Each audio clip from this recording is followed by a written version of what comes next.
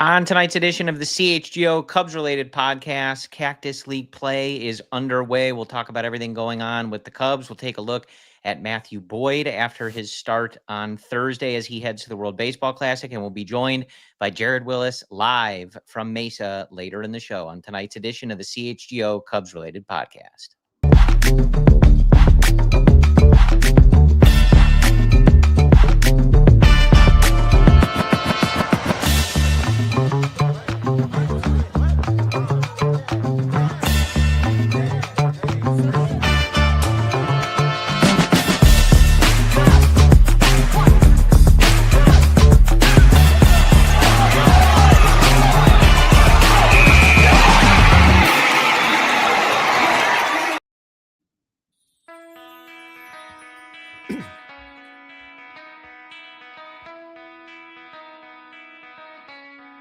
This is the CHGO Cubs Related podcast. My name is Corey. I am joined, as always, by Brendan.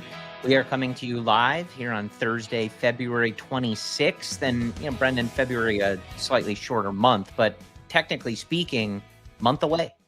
Month away, Corey. We're scoring runs now in spring training games. Looking good. Jefferson Rojas hit a home run. We have Matthew Boyd giving us quotes. Jared Wyllys will be with us, as you said, to talk about that later on in the show. I'm feeling good. I'm feeling optimistic. I'm getting cool videos from our friends in Mesa. This, to me, still best time of the year. I've already put in my PTO for opening day against the Nationals. So getting my ducks in a row, now that it's close enough, it feels reasonable to be forecasting that stuff. Will you bring a blanket to Wrigley? Are you a blanket to Wrigley type person? Or are you just? I am a chronic. I always get it wrong. So whatever the situation, I could wear 7 layers and hoodies and feel like, this has to be enough. I'll definitely be warm. I will not. I'm always 1 layer short or 1 layer too much. Now, will the John Lester jersey be over the hoodie? Depends on the mood. On opening day. Yeah, we'll see. That's the only one that I have that has the World Series patch. So usually that's what I go with. The Cubs World Series? Yeah, they won the World Series in 2016. Oh, okay, cool. Yeah. People forget that. Yep. They're celebrating that later this summer. Oh, the 10-year anniversary, right? Yes. Oh, yes. God. When they won the World Series. All right, anyway. On tonight's episode, like I said in the intro, we will be joined by Jared Wyllys about halfway through the show. He is live in Mesa. Give us the pulse, talk about a nice start from Matthew Boyd that we saw on Thursday, 3 scoreless innings from Matthew Boyd with a few strikeouts. So I know he talked to the media, so looking forward to hearing from Jared on all of that. We will talk on this episode. We got a couple injuries on the, peripheral side of the roster, but they still do have some implications with things going forward. And we'll just take a look at, what's been going on now that the Cubs have started games. When we spoke with you last, they were getting ready to start spring training games. And now they've actually been playing those games, Brendan. So there's, in some form or fashion, baseball sometimes available on your TV. Don't even get me started on I know that. some this is a people are not positive pleased about podcast. that. Yeah. So. Well, we're seeing, I think, the most encouraging start to a spring from the pitching perspective. We'll get into it on the specific details, but generally, most of them are throwing faster, Corey. 1 to 2 miles per hour faster. Shota, faster. Cade Horton sitting 95, 96. Some said he was throwing 98 during the non-game action. Yeah. So, maybe we'll see crazy numbers. Let me ask you straight away, Mr. Arizona here. Hot guns? Do we trust the guns? How do we feel about that? I don't know. They're changing the technology all the time. Yeah. If TrackMan's saying 98, I'm thinking it's 98. They got iPads set up all over the place. So I do genuinely trust it when it's on a multiple day span across multiple different fields and venues and tech. So that is the case. I think you do have to trust it. Yeah, I mean, really, I just ask, especially on Shota, is because, he was sitting, or at least touching 93 the other day in his start.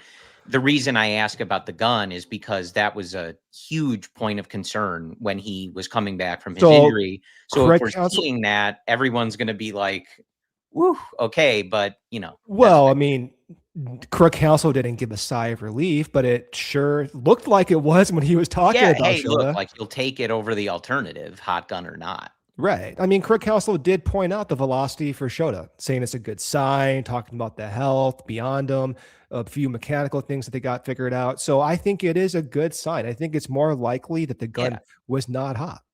Yeah, just worth asking, and Yeah. really, it also is one of those things where when it fits our narrative, I'm uh, running with it. the guns are perfect. What does it matter that it's spring training? He's That's touching right. 93, great. That's right. And, if this was something bad, these guns don't matter. These spring training games are completely fake. No, I mean, James Taillon's velocity decrease doesn't actually, it's actually fake. It was too cloudy Yeah. that day. Yeah, completely made up. But Made up. yeah, I mean, I do think, one of the storylines we were looking at coming in, even just vaguely on Shota, was his health, how he was feeling, how he was looking. So even if that is just one indication, so early into spring, it's what you want to see. It was Yeah. obviously a big issue for him in that second half, dealing with the injury and the mechanical changes that it brought about as he was trying to kind of compensate from that. And then, of course, the decisions to start him, not to start him in the playoffs, and much was made about the qualifying offer decision. So certainly that's one of the things you want to see. Nothing replicates getting in there against MLB hitters at Wrigley Field and going through the motions of the season. But for what felt like a somewhat of an unknown, just how it would kind of carry over into this year, the early return is at least what you'd want to see. Yeah, I think so. And for the most part, the pitchers seem healthy. Jordan Wicks did unfortunately go down with an elbow issue. Doesn't sound serious. It sounded as if maybe it could even be just a 1 week to 2 week scenario. We'll see with that. The pitching overall is healthy. The positional side, we did see Tyler Austin get knee surgery, a cleanup. It could be months. Maybe it's 2 months. Maybe it's 4 months. I'm not sure they are even aware of that yet. And they'll see how that goes. But no significant injuries so far. So everyone's healthy. Everyone's throwing faster. Everyone's looking good. They got Nico Horner doing videos in the backfield, which is just phenomenal content. Great start to the spring. They did two videos, one with Nico narrating Ian Happ working out, and then vice versa. Oh, did they do Ian Happ? I didn't see the Nico narration part. Yeah, the response Yeah. basically. Oh, I didn't see Yes. that part. Yeah. Okay. So Well, I if gotta you're a see that fan part. of Cubs Productions and the Cubs social marketing content, Which they do fantastic which work. they do an excellent Yeah. job. Yes, those videos are on social. It's just the two of them narrating what each other are doing, but they are very funny. No, I did learn something from that. So, Okay, do so tell. this is what I learned. Nico was talking about how he gets used to running just left, like he runs in left circles nonstop. And he was thinking, oh, I don't really run to the right, like doing right circles. So if you look in that video, he's doing right circles. I'm like, oh, he's actually doing it. He was just talking about this. So you see him running full sprints, like doing the reverse around the bases. I'm like, oh, he's actually doing it. So you do learn something in those videos. There you go, a hidden gem of wisdom. That's in right. the fun social That's videos. right. But let's start first, Brendan. I mean, let's just some housekeeping stuff, because you mentioned the Tyler Austin thing. Again, out potentially months. With the knee cleanup, and then Jonathan Long injured in Saturday's game.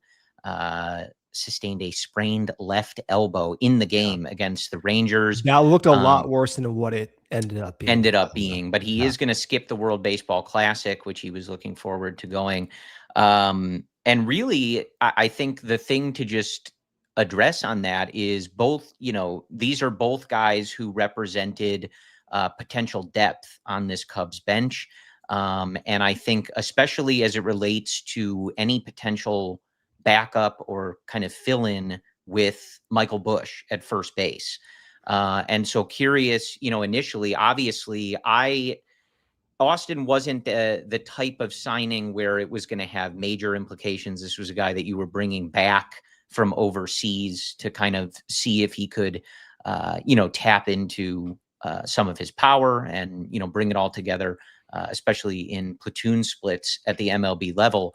But it does, potentially throw some of that that bench depth into flux a little bit and beg the question. Like we've heard from Craig Counsell, especially on Michael Busch, that the plan is to not treat him so strictly as a platoon guy, and give him those opportunities against both sides of pitching to really grow and learn how to better hit against left-handed pitching. But these were two guys who would have figured to get some of those opportunities at first base, even if it was just giving Michael Busch a day off. Yeah, I would say it's actually disappointing. I know he only got $1 million. The expectations may not be quite high, but I was personally interested in seeing how the transition back to the U.S. from Japan would go. Former top prospect, mid-30s. We know the pop. We know the swing decisions. I was interested in following that storyline. So from that perspective, it's disappointing. From the actual expectation of value, because the contract is just north of 1 million, it's hidden, not hidden, but it's written in what the projections are for him, which is someone who's not likely to produce. So when you take a step back, I don't think it's a big deal. Yeah, they're going to have to figure out first base depth. Maybe Moises plays more there. Hell, maybe we even see someone we're not even thinking about get those reps there. My expectation is Johnny Long comes back healthy in a couple weeks, maybe sooner than that. He gets an opportunity there, which I'm excited to see. We'll figure it out. Maybe they even sign someone else that we're not even talking about right now. I know our good friend Greg Huss in the chat over here is talking about Garrett Cooper and Dom Smith. I got to tell you, my brain at first was like, oh, I wonder how they're doing. That's how sick I am, even though it's a joke right there. So, but in that light, maybe they do go out and look for a veteran on a minor league deal just to have depth pieces. I the first thing I have to respond with is that I didn't know. I mean, you're very Johnny Long. I didn't know that you were at that level. I'm like pretty sure they refer to him as Johnny every now and then. Greg, if you're still in the chat, you got to back me up on this. Don't they talk to him as well? Greg Johnny Huss Long? is a wonderful and dedicated prospect writer and podcaster. I'm on his podcast all the time. You had such a familiar relationship. I'm on the pod all the time. I'm basically a podcast prospect person. Right. So he's got to back me up on this. Bruce Levine did tweet earlier this morning that Miguel Amaya has been taking some infield at first base. So yeah, I do think it is Owen Miller too, perhaps, right? Yeah, I mean, I think you give guys reps. I mean, yeah, I wouldn't be surprised to see Mo get some opportunity there. Honestly, dude, like if they felt like seeing how it would go, like throw Matt Shaw at first base if you need a place for him to play. He's too short for that. I'm sorry. He's too short for that. He can jump I like high. Shaw, but he's too athletic and short for that. I know. I really only say that to illustrate that, you obviously had somewhat of a plan here. Again, the plan is to give Busch the runway. And I think there's a quote somewhere, where Craig Counsell's talking about him getting 600 plate appearances and really getting that opportunity to work through some of his struggles against left-handed pitching. But you try guys over there. I mean, ultimately, the defense has to be passable. You've spent a lot of money on a Gold Glove riddled infield. You can't have throws being dropped or outs not being converted. But you had some plans here, and you're going to have to work through these injuries. So, did your guy Justin Turner sign yet? You're shaking your head. People listening can't see you. They think your audio is going out. No, the dead air is fine. Everybody loves that. I don't know. I mean, that'll be the curious thing. It feels like with their dedication to Busch getting the runway and at least having some other options that you should be able to try over there if you need someone to spell Busch. I would be surprised if they went out and continued adding. But, we've seen them add to that depth level in the outfield. Guys on spring invites, minor league contracts with, options that kick in if they make the big league team. So maybe you see them explore that. It, depends on the severity of these injuries and maybe what that exact timeline is. But more than anything, I was just curious to see what Austin can do. This doesn't rule him out, but I was curious. That's what I'm saying. Of his I'm impact. Disappointed because I was curious to see. Yeah. So it's not some big death blow to the team. But when you're looking at like interesting storylines, maybe something clicks and you kind of unlock a helpful piece of this roster. You just have to wait a little longer to see if Austin gets that opportunity. Yeah. All right, let's go ahead and take our first ad break here. Come back around. We got Jared Wyllys coming in a little bit. 1 second here. All right. My computer almost froze, but you know what? I'm a professional. First ad break here from Xfinity. Ever wish your Wi-Fi could just handle it like my computer right now? Every stream, every game, every device without slowing down or surprising you with a higher bill. With the Xfinity 5-year price guarantee, you get fast, reliable, intelligently optimized Wi-Fi that actually works together with your home, and your price stays the same for live 5 full years. We're talking Wi-Fi that can spot the issues before you even notice them, so you can stream the big game in 4K, hop on video calls, even do podcasts with Corey Freeman. No buffering, no guessing. Here's the best part that you'll really love. No annual contracts, no hidden fees. Xfinity's best equipment is already included because a lot can change in 5 years. Champions are crowned, records get broken, new dreams take shape, but your Wi-Fi should stay rock solid and your price should stay right where you locked in. Lock in your price right now. Unlock the possibilities with Xfinity. Learn more at xfinity.com. Xfinity, imagine that. Select plans only. Restrictions do apply. Okay, baseball season is right around the corner. There's only one place to catch every pitch, every homer, every extra inning thriller at Hooters. Step up to the plate at any of the 11 Chicagoland locations and make Hooters your game day headquarters. Cold drinks, legendary wings, wall-to-wall TVs, and the kind of atmosphere that turns every at-bat into a party. Watching from home, be the MVP of your lineup. Pre-order your wings now at order.hooters.com and bring the ballpark flavor straight to your couch. If you need a clutch refreshment, the drink of the month is Tito's Strawberry Lemonade, a home run blend of Tito's handmade vodka, lemonade, and strawberry puree for just $8 all month long. Round up your crew today. Cheer on the Cubs at your local Chicagoland Hooters, Aurora, Countryside, Downers Grove, Joliet, Lansing, and Melrose, all across Chicagoland. Check them out at originalhooters.com. All right, Brennan, back with you here. And I want to segue there.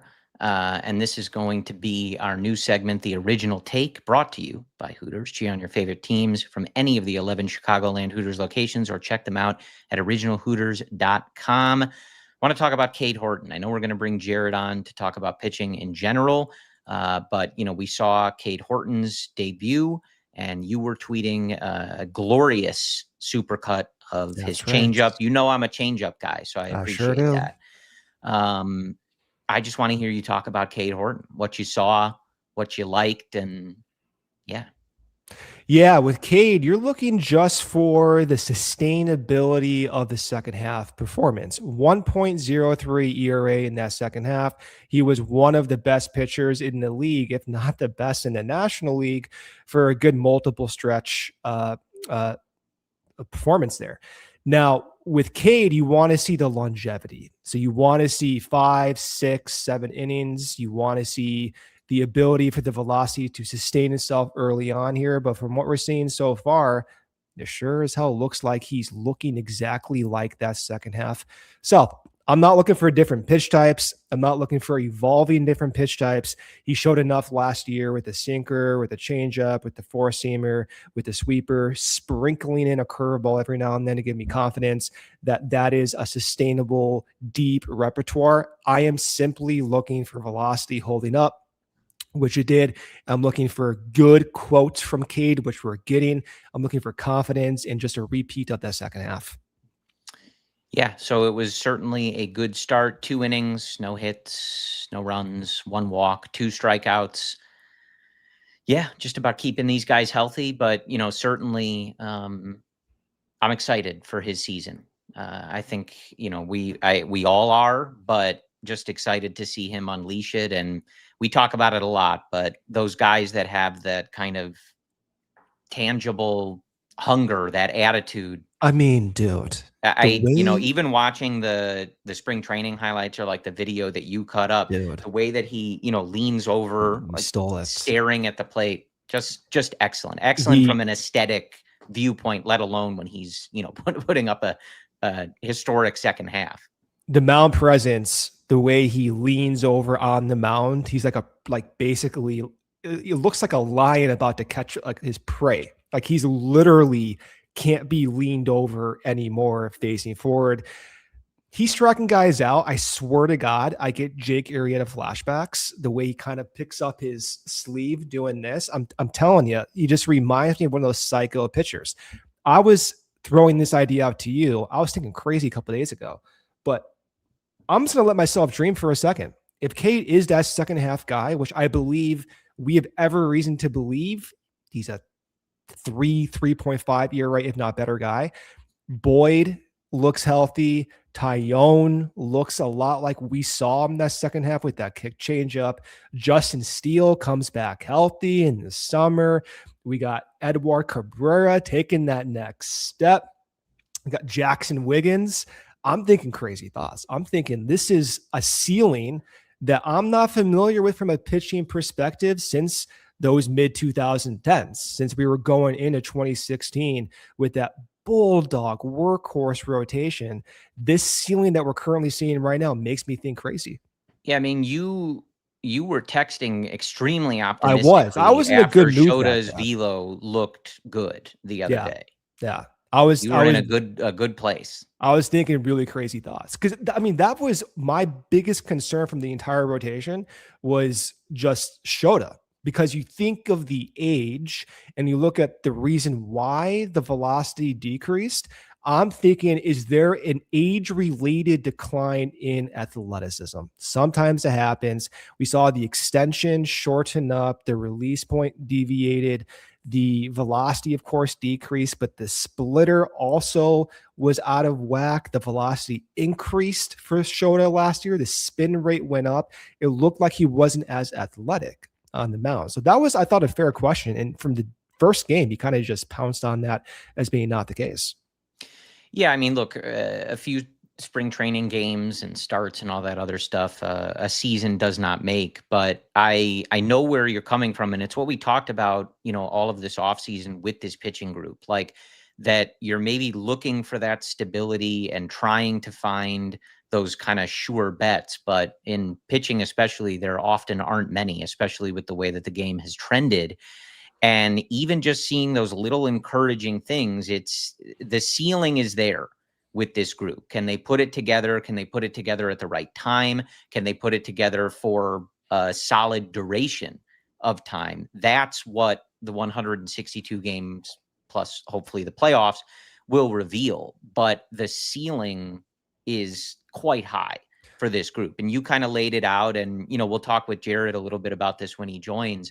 Like, the hope springs eternal. So when you see these guys and they look healthy, Matthew Boyd looked good on Thursday, Shota's velo looking good, like, you do kind of start to think like, hey, you know what? Like, if the plan comes together, this is going to look mighty nice.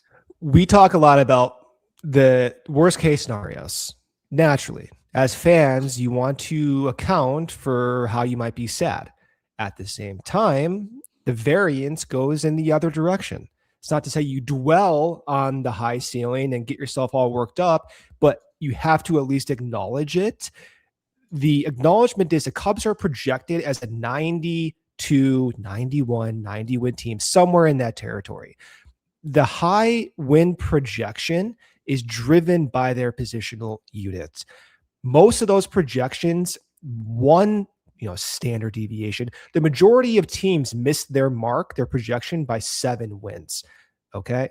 The way the Cubs missed their mark by 7 wins in the positive direction is out producing on the pitching side of things. The projections for the pitchers are not as rosy as that of the positional side. Makes sense. You have Ian Happ, Nico Horner, Dansby Swanson, Alex Bregman. You have a large sample size of precedents of above average offense. You do not have that for the pitchers. But at the same time, what you and I know from watching the team and all of our listeners is that the recent developments of, let's say, Tyone's kick changeup, Shota's return in velocity, Cade Horton's development of 2 new pitch types, the second half last year. The projections naturally don't weigh those because those are by definition outliers. Typically, you don't see pitchers evolve in the fashion the Cubs have evolved in a good way. That being said, if the Cubs do outperform their win projection, it has to come from those guys, right? If they hit the expected projections, it's because what we're talking about didn't happen. I am optimistic it does happen. I'm optimistic we're a 90-plus win team. I'm optimistic that the pitching side does provide more value than the projections, and I would bet more money and inching towards 95 and falling behind 90. Hey, sounds good to me. Sign me up for that. I wanna ask you about. We talked about him a little bit, and I think we're gonna dive in, more to like Boyd and some of the frontline guys for now. When Jared joins after the second ad break here in a couple minutes, but want to just ask you, when you watch these games, I know we talk about kind of taking spring games with a grain of salt, and letting players work through stuff and understanding that it's not an immediate translation to once they are in the MLB season. How do you view an outing like the other day from someone like Jackson Wiggins, big time prospect? People are asking the question of, does he have a role on this team maybe later in the season? And, again, me, like I could generally care less about spring training, but big time prospect, inning and a third, 6 hits, 5 runs, does strike out 3. When you watch, I guess getting to the core of the question, when you watch a big time prospect and you're thinking long term and their ability, and when they come up and make their debut and all that other stuff, is there anything you're even looking for in these spring training starts? The first thing I look for is body language. I want to see how they move off the mound, catching the ball, how they react to poor pitches. That was my first takeaway watching Cade. So I'm watching Cade when he comes up. I'm like, this guy is a psycho out there. That's the first thing. The second thing is I'm watching the deviation from where his pitch ends up versus where the catcher's locating. So I want to see how consistent he is locating. And then I can kind of just mentally do the math. I'm like, all right, well, he's hitting this spots. He's feeling himself. He looks good. The pitch types look good. Third thing is, what's the expectation in the pitch shape profiles? Is anything different? Is anything out of the norm? Any outlier type situations that we're seeing? And with Jackson Wiggins, we'll have Jared talk about this, but most of what we saw looked good. It resembled what we saw last year in the minors. Fourth is I want to hear what the coaches say about it, if they're exuding confidence. And it appears as if he is checking most of those boxes. But at the same time, it is one start. It's not the big league environment. Sure. Yeah. Things do change. And to draw big conclusions would either have to involve coaches talking about it, like in the way we talked about Brad Keller last year, or in the shapes of his pitches being so different that it deserves talking about it. And we're not really seeing that yet. So I'm going to reserve those opinions until we see him in big league action. Cool. Sounds good. Last thing before our break here, I do see it from our guy Craig in the YouTube chat. Ben Brown might pitch some meaningful innings this season.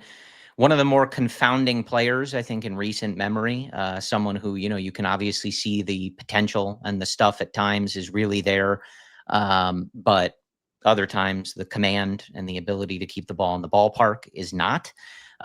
So far on the spring, I think a couple of outings, 2 innings pitched, just 1 outing, 2 innings pitched, 2 hits, no walks, 3 strikeouts. And I did like, Brendan, I think in the past, you've not been a fan. I think he admitted to getting a little too jacked up or not being ready for the moment in some of those big games, I think in Milwaukee in particular. And he, kind of owned that this spring training, coming in and saying I need to have a better attitude about stuff, be more confident about stuff, not let those games get to me. And, kind of alluding to not being as productive as he wanted to be. So the mentality seems to be there. It'll be interesting to see what the Cubs decide to do, keep him stretched out. We've talked about, his potential as someone dialing it up in, short relief, et cetera. I don't know. I don't know if I would say I'm a believer in him as a holistic phrase, but I remain intrigued by the idea of what he could do as a reliever, really dialing in some of those pitches and how exactly he was attacking hitters. So there is belief there for me in what he can do, at least to contribute to this team. The destination involves many roads. So there is a Ben Brown road to arriving at the destination of pitching value. Now that road got a little bit wider because he added a sinker. He discussed more confidence in the changeup. So for Ben Brown, I'm looking at those two pitch types. He did show a few sinkers in his recent outing. The shapes looked interesting. Had about 10 inches of run on that pitch. So we'll see more of it, right? But he is one of those roads. It doesn't mean the road is wide open and there's no obstacles, but there is a road there for value for Ben Brown. Let's take our ad break. We'll introduce Jared in, and then we'll continue more spring discussion. All right. When game day stopped by the office, the biggest thing that stood out to me was how simple their whole process was. Quick, comfortable, completely personalized. You're in, you're out in about an hour. It's real care from a local family-owned clinic that actually listens to your goals. For me, this health journey is about one thing: energy to be more active, and anything to just feel better, more focus, more motivation in the day-to-day.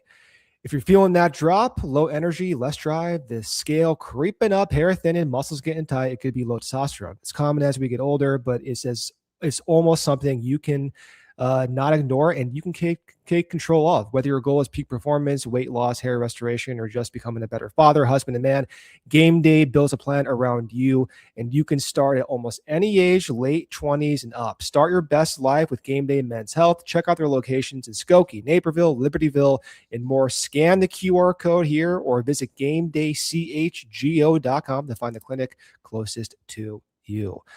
New vehicles are in stock at Ray Chrysler, Dodge, Jeep, Ram, and this is your chance to score during the big auto show sales event. Head to Ray CDJR today on Route 12 in Fox Lake and shop one of the largest inventories in the Chicago area with a huge selection of new Chrysler, Dodge, Jeep, and Ram models ready to go. Right now, take advantage of 0% financing for 72 months on select new vehicles.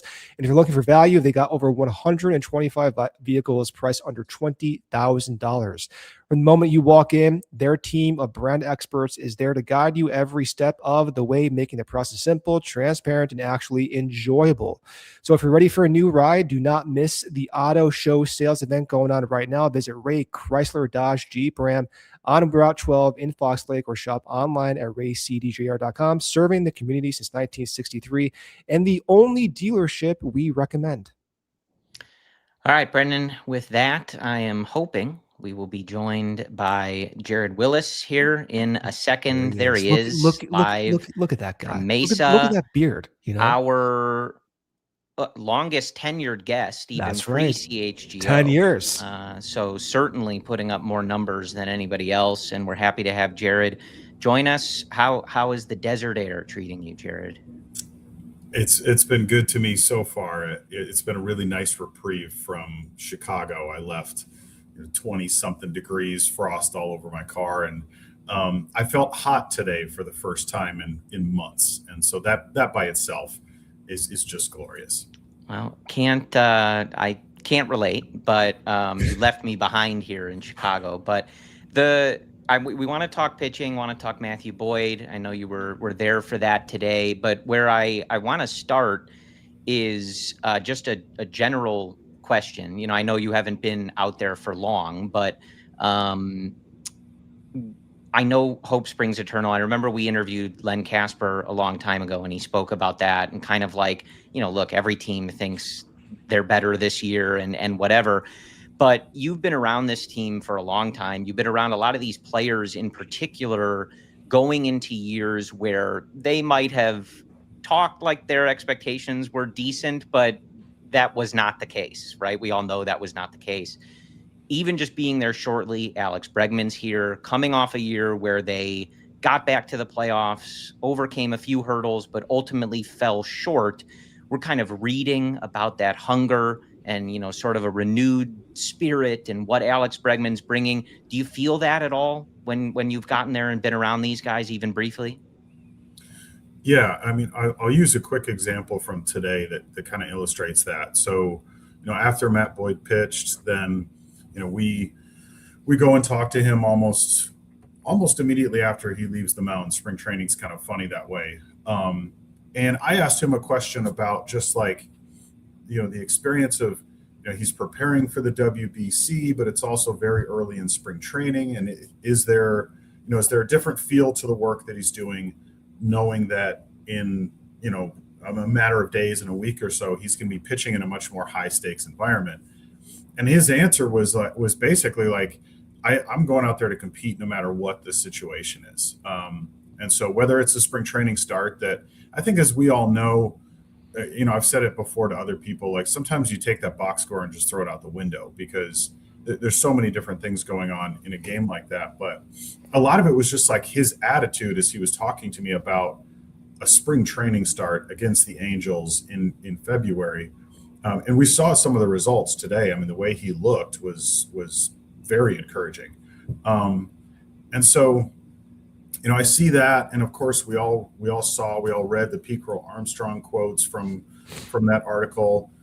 It's really hard to look at things like that and not sense there's a difference in this clubhouse, because I was here at around this same time a year ago, and I didn't really get a sense then in the same way that I do now. You do feel a difference. It's a hard thing to like define or measure necessarily, but you do get a feeling sometimes when you talk to guys. You see the look in their eye, the way that they respond to certain kinds of questions, like Boyd did today. I think those are all signs that point to a team that's been, in a way, kind of galvanized by the success of last season, but then ultimately the disappointment in when and how it ended, when it very much looked like they had a real shot of at least getting to the NLCS, but coming up just a little bit short. So we always talk about the Cubs being a professional roster. They're very mature in their process. They're very process-oriented guys. I want to learn about like your process. So when you go and interview these guys, especially in Mesa, right when you walk up to them, can you get a sense of like the mood they're in? Can you kind of like sense that and how things have gone? And with Matthew Boyd, what I'm curious about, because he is starting the WBC soon, is there any difference from your perspective and how he's talking about ramp up, how he's talking about, his performances, that you can differentiate, let's say last April, last May versus, or even spring versus now? Yeah, I think with him in particular, I talked to him in the clubhouse last year at around this time. And at that point, his attitude was very much like, he was just kind of excited to be there, happy to be a part of the team. And then now, a year later, there's an intensity to him in late February that I don't want people to get the wrong idea, but like that wasn't necessarily there last year. And I'm not saying that in a way like that he wasn't taking what he was doing seriously or wasn't like driven to succeed. I don't want anybody to. But it has to be some like comfort and familiarity with the environment too, right? So now like you're not trying to feel out. You kind of who you are, and you can kind of express yourself and not be on edge, so to speak. Yeah, and I think that's some of where it's coming from. Is he's comfortable now, but there absolutely was there was an intensity to him today that just I don't recall experiencing a year ago. And I think a lot of that does come from, there's a little bit of a shift in that clubhouse, like I said earlier. But, usually this time of year when it's spring training, it's more relaxed. Like these guys are, especially early in spring training, they're still kind of getting themselves back into the routine, back into the rhythm. And so a lot of times when you talk to guys this time of year, there's just not the same tenor to their responses or to their attitudes as you're going to see like in July, August, September, or something like that. So a lot of times in Mesa, it's just sort of, I don't know, relaxed is the best word I can think of. Yeah. And there's a little bit of a tinge of a difference there. I'll say this, like, I walked in there today, and so I'll be back in tomorrow and the next few days after that and get a chance to talk to even more guys. But I am getting sort of a almost palpable sense that there's a difference in that clubhouse.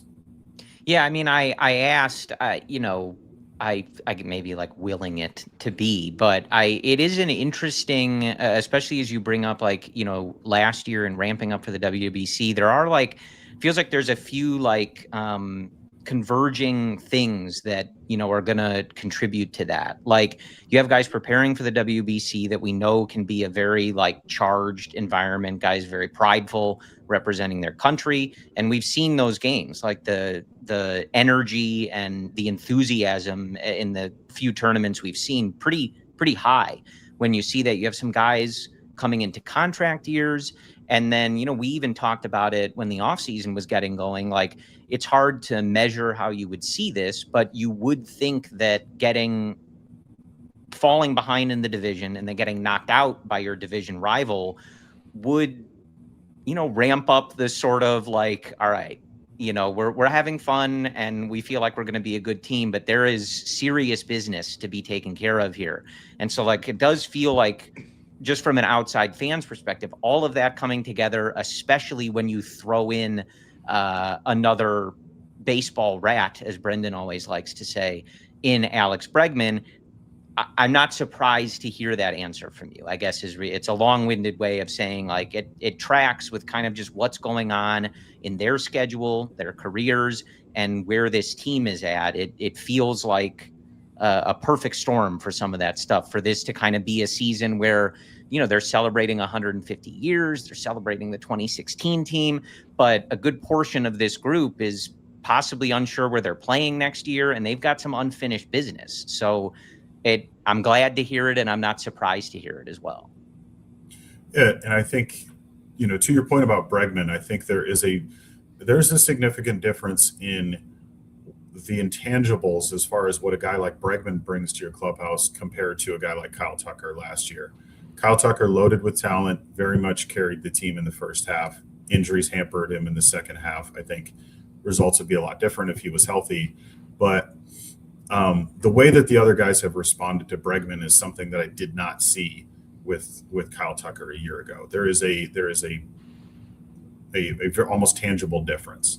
And so Bregman, I think there's not that these guys need it, but like a level of veteran leadership that, you know, Kyle Tucker, just because of his personality, the way he's wired, he just isn't that guy. But Bregman very much is. And so I think you're going to see a difference in like maybe their offensive production is more or less the same between the two of them. But I think the big difference you're going to see is what Bregman does for that clubhouse. And again, a clubhouse that's already absolutely stacked with veterans, absolutely stacked with guys that are baseball rats, and you throw somebody like Bregman into that mix. I think it's just that's something to watch this season for sure. Yeah, I was listening. I mean, Pete Armstrong's been doing a media blitz, I feel like, for the past week and a half. So he's been on podcasts, been on basketball. Has he said anything noteworthy? I know, right? He's been all over the place. That. I haven't seen anything either. You know, he's a big LA guy, as we know. But he's been just unprompted talking about the effect of Alex Bregman, discussing swing decisions as the main driver of what he's noticing for wanting to improve for himself. He's talking about how Alex Bregman discusses certain scenarios, like, hey, if you're looking for a first pitch breaking ball, are you still swinging at it even if it looks good? Like stuff like that. And so Pete's describing the process as shifting because of bringing in a different player outside the organization.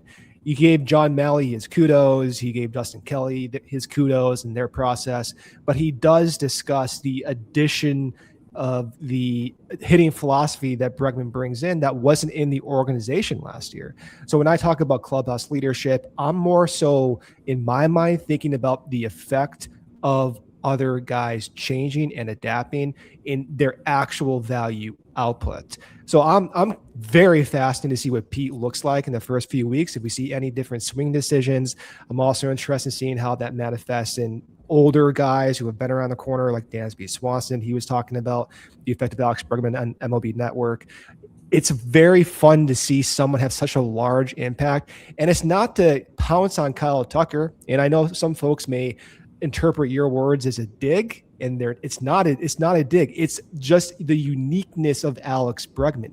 There's not many players in the league that demands the respect that Bregman gets because of the clubhouse culture. The guy started his own baseball facility in Arizona that other guys go and work out in. Like, he's a unique guy because he has that type of respect. Well, and before you jump in on that, Jared, I do just want to say, you mentioned the foul territory interviews that the guys were doing.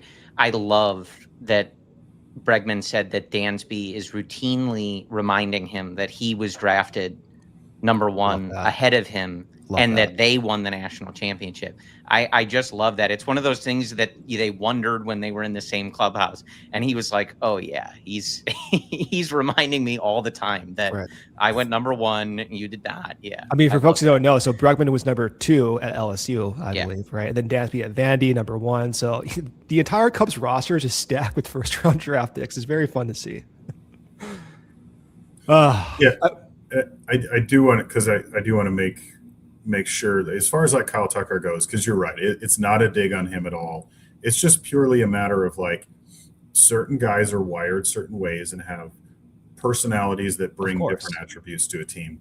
And it's just a difference in Kyle Tucker's personality versus, Alex Bregman's personality. And I know there was some stuff out there about Tucker and, during this offseason, and for all of the times that I saw him in that clubhouse last year, it didn't necessarily match up with what I observed. I'll just say that. So, well, and that's what Michael Busch said as well. He said the same thing. I was about to say that.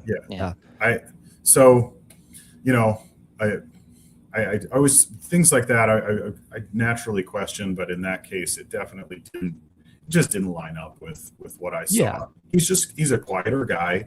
He has a very like understated personality, and that's who he is. And so, definitely not a knock on the guy. They're just different personalities. Listen, you can acknowledge the truths, right? He was a softer spoken dude, didn't like the attention, the media attention. Bregman's, not to say he likes the media attention, but he's in the media. He does YouTube content for other guys. Like, he likes to talk about the sport. It's just a very different type of expression from Bregman. And frankly, that's the type of player I gravitate to. Love Kyle Tucker's home runs. I gravitate towards the baseball psychos. I like that intensity. That's why I like Nico Horner. That's why I like Dansby Swanson. Alex Bregman is those guys in even a more expressive way. So I, as a fan, I like that way more than Kyle Tucker. And I'm not even digging on Kyle Tucker. Definitely more questions for you. Just want to throw out there, next week, CHGO will be in Arizona from the 5th to the 8th. We have a lot going on. We got the Bulls guys out there. We got the Bears guys out there. I'm actually going to go. So I've been convinced I'm going to Arizona next week. There's an event Friday night. I got to tell you, it's at a bar near Paradise Valley. If you are not familiar with Arizona, let me tell you this. They are bouging it up. They're going to the most bougie part of Arizona for a Friday night dinner, 7 to 10 p.m. You can go and check it out. They also are going to Cubs games throughout the weekend, so stay tuned for that. You can go to allchgo.com, find tickets a la carte style to purchase whatever you want. But I will be there Friday night. Lance Briggs, I believe, will be there. So, if you want to meet Lance Briggs and, of course, myself, everyone wants to meet us two guys, right, Corey? Shaking your head over there. In that order, yeah. in that order, then, we'll be there. 2 former athletes, Lance Briggs and me, we'll be Friday night in Paradise Valley. So that will be fun. All right. Back with Jared here. Brendan's, autograph session ad read there. But want to just ask you about the other guys you saw, and if you have more on Matthew Boyd too. But it was some solid names there on Thursday for the Cubs. We talked a little bit about Jackson Wiggins, and obviously it's a spring outing, etc. But just the pitching you saw today, anything stand out? I think that's always one of the main things. Again, I know you haven't, you just got there, but I'm always curious for those that are around the team every day, especially in the spring. who are the guys that are, we heard it last year with Brad Keller. Everyone was like, hey, you got to check out this bullpen. Like, we were getting these velo reads. Like, it was clear, even as a fan on the internet, like, people are looking at Brad Keller. Like, that's the name that's being talked about. So just anything like that's popping around, like, hey, not an obvious guy, but you got to check out what this guy's doing.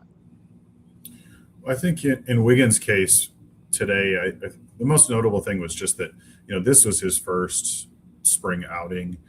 He's facing major league hitters, for the first time in spring, one of which was Mike Trout, which, that's by itself, okay. That's a tall order. He's pretty good. Did he get him out? He gave up a double. So Mike Trout? Well, Mike Trout, yeah. There's worse guys that give up doubles too. Right. Like, raise your hand if you haven't given up a double to Mike Trout. That's right. But no, Wiggins came in the fourth, and it was back-to-back doubles to lead off the inning. And most of what I saw was like he was very fastball heavy, but the velocity was way up there. He's up 97, 98. So he was throwing hard, wasn't mixing in a whole lot of other stuff. He said he only threw his curveball once, because then he told us afterwards that he's still getting the feel for it a little bit, which is normal this time of year. And so I think what we saw today was a good example of guys where it doesn't matter how hard you throw. If you're just pounding the zone with a fastball and you're not really mixing in much else, major league hitters are going to get hits off of you. Because at the same time that he was giving up a lot of hits, he wasn't missing the zone very much. I don't think he walked anybody. I'd have to go back and check to verify that. But he had some strikeouts in there, didn't walk anybody. So when I saw that, I think this is a guy that as spring goes on, and he does get a feel for those breaking pitches. And, the double that he gave up to Trout was on a cutter. As he's working on some of that stuff, I think that there's some legit potential there. I don't know that he could be like a Brad Keller type just because, he's a rookie. But yeah, I like what I saw from him for the most part today. Somebody that I'm a little curious about and want to see some more of is Riley Martin, just because as a lefty, I think there's interesting potential there. But like I said, somebody that I'd like to get more of an eye on. Did get to see him a little bit today. But yeah, he's somebody that I've got my eye on. Yeah. So for those who don't know, Riley Martin, AAA guy the past 2 years. Last year, 2.69 ERA in AAA. Tons of strikeouts. So last year, 11 K per nine. The previous year, 13 K per nine. The problem with him is just the command of the walks. Last year, nearly a 5 walk per nine. Previous year, north of 6. So that's been holding him back. I asked the pitching coach last year, I'm like, show me who you like the most of all the Cubs guys at AAA. And number one on the list was actually Riley Martin. From a stuff perspective, just him trying to own in and actually making the pitches work for himself and not being all over the place. And we've seen guys in the past where, sometimes they just stuff for days, but can't control it. And so that's going to be sort of the make or break thing for him, I think. But yeah, the loads of potential for high strikeout totals, and as a lefty, would be a tremendous add to that bullpen if you can get a handle on that stuff and not put so many guys on the bases. Did you talk to Jackson at all? Were you able to get any words from him? So what's his personality type? You talked to Cade Horton, you talked to all the guys, right? Like, can you kind of paint the picture of who Jackson Wiggins is? Well, I will say today was the first time I've ever spoken to him. So, okay. And did you introduce yourself? My name is Jared Willis, and shake his hand? I did. Yeah. Oh, did you? Okay. Well, there you go. And I but of course, what are the odds he's going to remember? But I always try to do that especially when I meet some of these guys for the first time. But he didn't. His answers were very short, which sometimes can be a product of a lot of things. A young guy who's not used to talking to media very much, but also sometimes it can be a product of somebody who's just like very, very focused on what he's doing, and like talking about it sometimes is like maybe not the way that he operates, or at least maybe not the way he operates in the aftermath of just having come off of the mound. Because that's kind of how he came across to me, was like, this is somebody who's now wants to have a chance to really look at what he's done, because he kept talking about like getting back to work the next day. Like, I'm going to go work on this, or now I want to focus on this, because he did talk about that curveball. Was there anything in particular that he wants to work on that caught your attention, or is it more general? He mentioned like specifically the curveball that he only threw once, and he said that that's something he still wants to keep working on, continuing to work on getting a feel for that. Because he said mostly like it was just good to get feedback from hitters and just see how they were responding to what he was throwing, and felt good about his fastball, but it's getting that breaking stuff in there. And I did ask him about like, hey, if you got your eye on the major league roster, what are you thinking? Do you want a starter, reliever? But he gave the very, I think, standard young player answer of like, I'll take whatever opportunity is there. But yeah, came across as somebody who's just very, very focused on his work. So one last thing on Jackson Williams before we turn it over to you, Corey. When you talked to Cade Horton for the first time, was he also short in responses? Yeah, he was. Okay. And is he still short in responses? I mean, the clips I get seems to be rather long-winded in a good way. Yeah, because that's where I think sometimes, like I said, you see that with young players fairly often when it's just not something that they're used to. And oftentimes with young players, it can go almost like either way. Like, they talk a lot because they're just, this is not something they've done before, and so they'll just talk and talk and talk to you. Or it's just the opposite, where they barely say much at all. And Horton at first was a little that way. And some of that too comes from, when you approach a player for the first time, they don't know who you are. They don't know what your deal is, what you're coming to them to ask about. So they can be a little guarded sometimes, which is why oftentimes I'll try to have just an informal chat with them where I'm not recording it. It's not an interview. Like, let's just talk about something, so that when I do come back to them at some point later, there's at least a little bit of that established. So that's something in Horton's case that I think the more he got to know some of us, I think there's some comfort there that now some of his responses you're seeing where he does feel more relaxed and comfortable about talking about what he's doing. And it does make sense. I mean, Jared, of course, would never do this, but I can imagine if you're a younger player, you worry about saying the wrong thing, and now it's getting printed that you said you're, better than Paul Skeens and you can book it, type of thing. Like, I get that. It seems rather daunting if you've never done that before, and then you're expecting your quotes now to be in 6 different newspapers and podcasts and all these other things. Last couple of minutes here, Jared, what I wanted to ask is I feel like there's a lot of interesting stuff to focus on in this spring. There's a good number of players that, we talk about all the time. They're kind of going through their business. We know who they are. They're getting ready. They'll be ready. And we kind of know what to expect from them. But I think between, someone like Matt Shaw and his role and whether he can play the outfield, Brendan and I were talking before you jumped on about, depth at first base if it becomes necessary with a couple of these injuries. You've got some veteran outfielder options, guys like Dylan Carlson, Michael Conforto now in the mix that Brendan and I didn't even have a second to talk about. Chas McCormick, guys trying to, make the team, but, are sit at least in some respect, established players at the MLB level to varying degrees, the pitching staff, et cetera, as you are arriving in Mesa and getting ready to interview and write and cover all of this.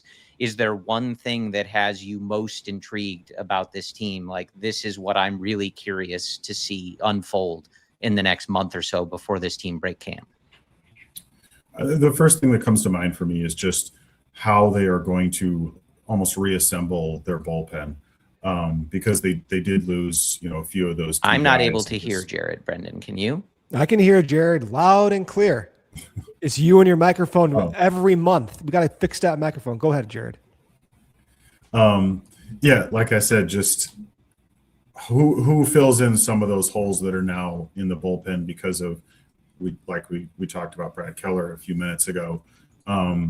the loss of some of those pitchers and just seeing who steps up and fills some of those spots, because there are some guys who with some exciting potential, but at the same time some real question marks. Like Daniel Palencia, for example, showed us that he's capable of being a very exciting closer, but the injury kind of cut that short. And so that's the first thing that I think I'm eager to see how that develops and plays out. But then, like you guys mentioned, the depth question at first base. I know there's talk of like Miguel Amaya possibly, working on spending some time there. Do you have somebody like Ballesteros attempt to do that? Jared, we're going to go on overtime here. We're approaching an hour. We'll wrap.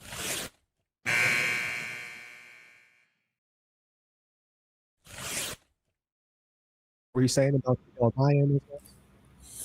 Yeah, just the first base, the backup first base question. Because I do think Busch has probably earned the right to get the vast majority of those starts, but there's going to be days when he's not the guy. So then they don't really, now that Tyler Austin is out for a significant amount of time, that does take away one of those options, I think. So I'm intrigued by the possibility of Miguel Amaya getting more starts because he's playing some first base. So. Yeah, so am I. I mean, he looks great just from a batting practice perspective. I'm a big batting practice guy. I'll raise my hand. I'll admit that. But a lot of the changes we saw in post second half in 2024 seem to have carried over now for almost a year and a half. So it's encouraging to see specifically the stride. So if you're watching Miguel Amaya, you're wondering what is different. He kind of just picks up his toe. He puts it down. He does not have a stride. On the other hand, Shaw had a huge stride, which sometimes he tailors down. PCA's had a stride. He's had a toe tap. Amaya just picks his toe up. So that is the big change that I'll be continuing to watch. We are going to wrap it up here. We're over 1 hour. Appreciate you coming on, Jared. Sunscreen, SPF 30 at the minimum. People say go SPF 50 plus, but I do think, you've been in Chicago for a few months there, maybe a little pale, get some sunshine. SPF 30 is going to be great. I made the mistake years ago, like 10, 15 years ago. I forgot to put sunscreen on during the first February game. I was an idiot. I had tan lines for a year and a half. Worst sunburn in my entire life. It sneaks up on you, especially you come here from Chicago, and it's like, you forget that it's February. It's so nice here. So I'm not prepared for this. So that's a good tip. I'll put some on tomorrow before I'm standing around at the backfields. We'll see you guys all next week. Be sure to follow Jared. He has a lot of content coming up, talking to the coaches, players. Luke and the boys will be on throughout the next week. And then we're going to be in Arizona. So again, Thursday, Friday, Saturday, Sunday, March 5th to 8th. Check out allchgo.com for more details. Corey and I will be back next week. He's looking blank right now because he can't hear me. Maybe I put him in timeout. Who knows? The world will never know. Thank you for listening. Talk to you next week. As always, go Cubs. We all silly like the mayor.